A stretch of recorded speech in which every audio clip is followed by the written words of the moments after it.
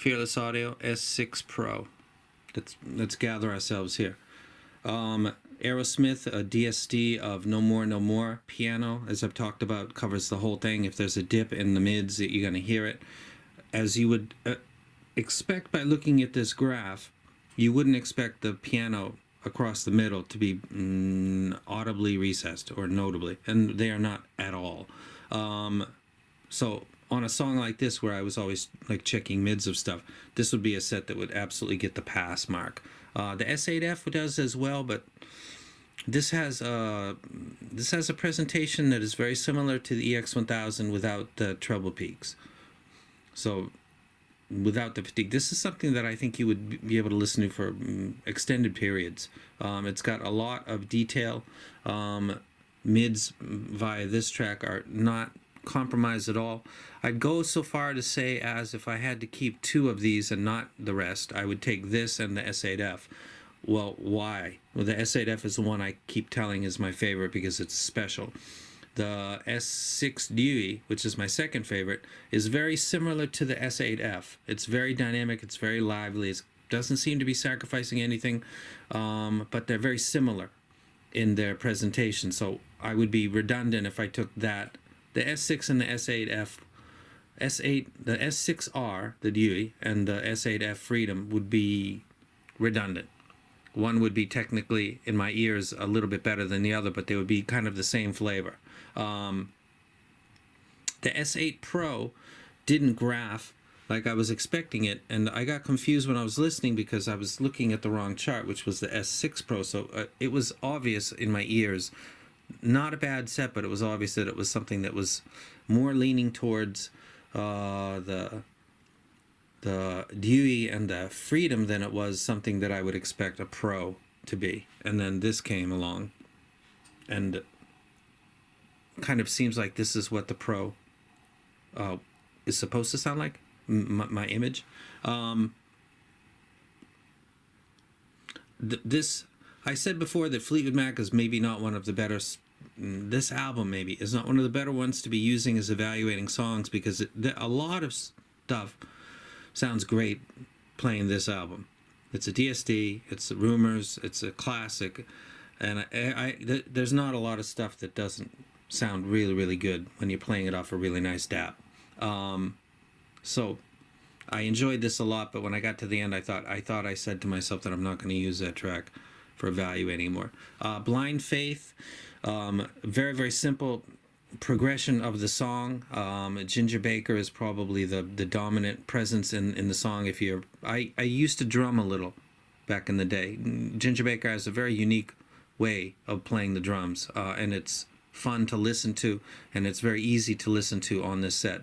The brush or the whatever he's not using a stick at one point, sounds perfect. The decay, which is a crash, not a splash, is perfect on this set. This would be something that would be, I would use the S8 Freedom for, a couple hours.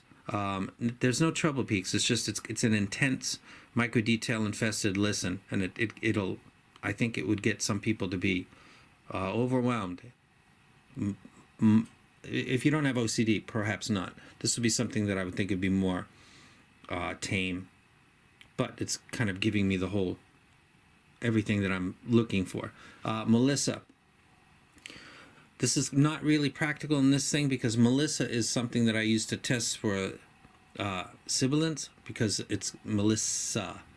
You can hear it in his voice on sets that have that sensitivity to the S. Melissa, you get it? That's kind of what that song is all about. And there's nothing there. The graph doesn't show anything that would look like it would be, and it actually doesn't really at all. The DM6 would, that's close, but this is not close. So this sounds really nice on this set. Thank You by Led Zeppelin. This is a track that doesn't sound good on a lot of gear, and I can't quite say why. I don't think the original, this is the remastered version, so this sounds really nice. Robert Plant's voice. There's, I believe, John Paul Jones is playing like an organ. It sounds almost like a church organ. It sounds fantastic on this. Sounds really, really nice. Again, this is really giving me the EX1000 vibe without those, two prominent peaks that come after. Oh God, 5K. I think there's two of them. This sounds like that all the way up to about 2K, and more polite in the treble. So if you like the EX1000, but you thought you're a little bit too stimulated by the two peaks, this would be something. And this is why this would be my number 2 pick, because it's such a switch. The S8F is the dynamic, spectacular, detailed beast that you think you could listen to for 2-3 hours and then put it away. And then if you were taking a flight, like I might do, I would need a set of technical good ability, but not as intense. So this would be there's only 2 pros that I've tried, and the S8 wouldn't qualify because it's not tuned like that. Fire on the Mountain, tons of micro details on this, man. I think the Grateful Dead are really thought of as a live group, and they are, but they really did this album quite well. Shakedown Street. This is a really, really good song, and it sounds really good on this. This was the song. There are songs where you decide it would have been Fleetwood Mac, but at the end of the track, I reminded myself that everything sounds good. Pretty much with that album, it's just too good to be evaluating gear, because stuff that sounds like crap on all 9 of 10 other songs will sound good on the Rumors. So it's just no good. This is the song that I listened to and came to the moment that I thought, I'd like to keep these. These are the ones that I would keep. So that would put these at my second favorite. These are quite nice. If you can't afford the S8, the S6 Dewey is a great analog of that. It's just like it, but I wouldn't pick 2 things that are so similar. So that's the reason that I'm saying I put this over that, because it's a switch. Same company, a good presentation on the one side, the S8 Freedom, and then the other version of a good presentation would be the S6 Pro, of what I've touched so far. Bone Crusher.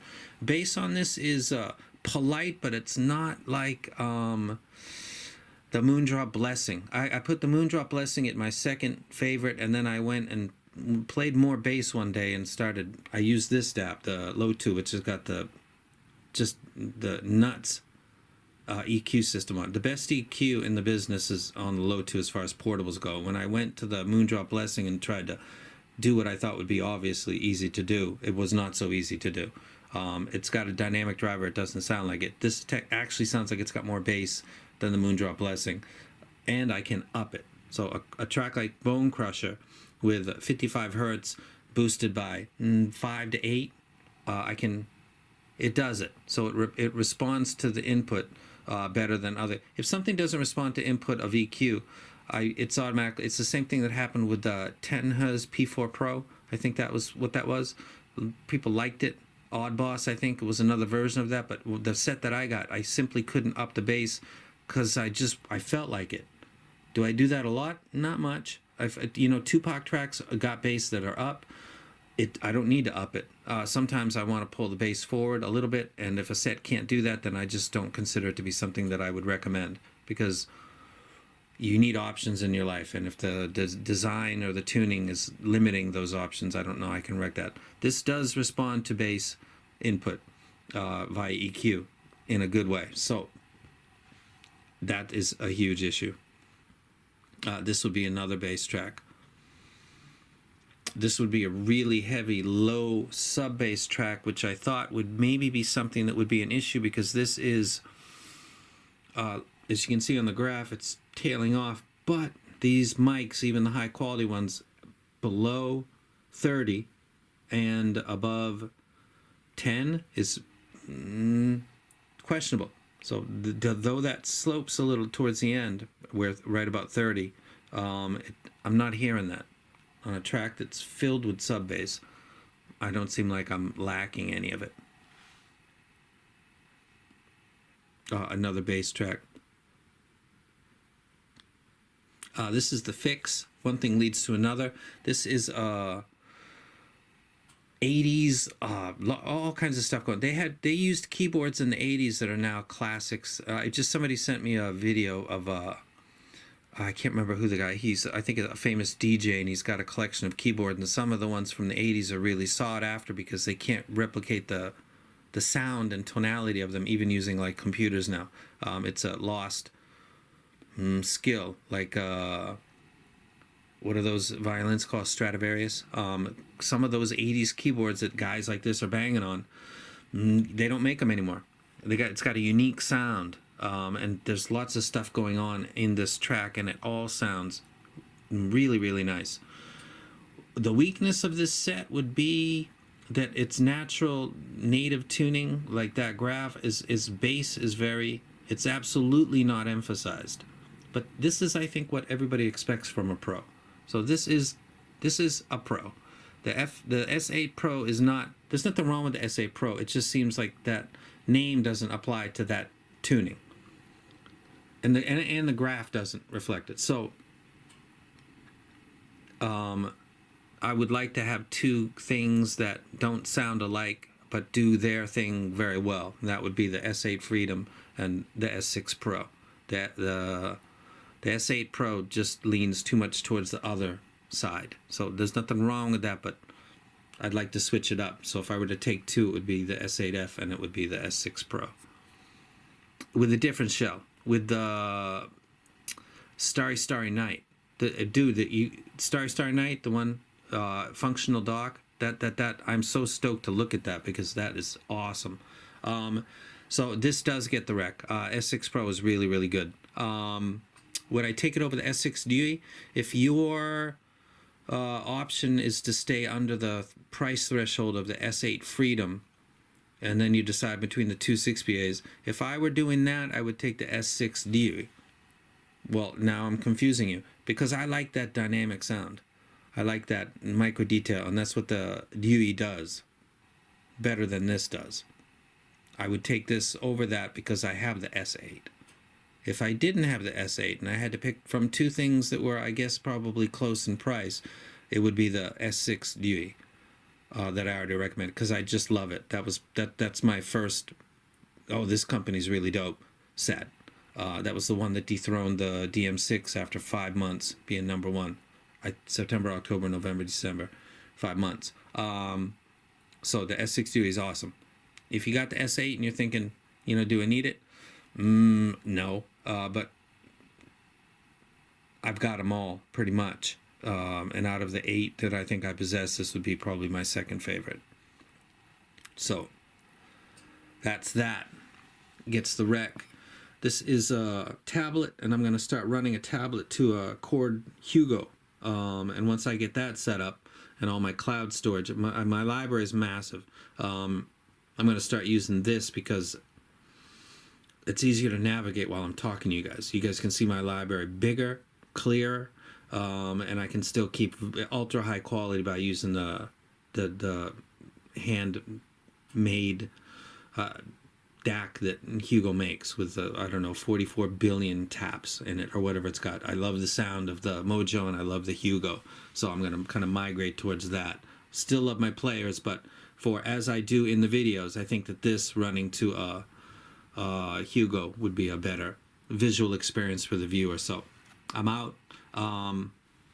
It graphs good, it sounds good, so it's going to get the green check mark. And I'm out.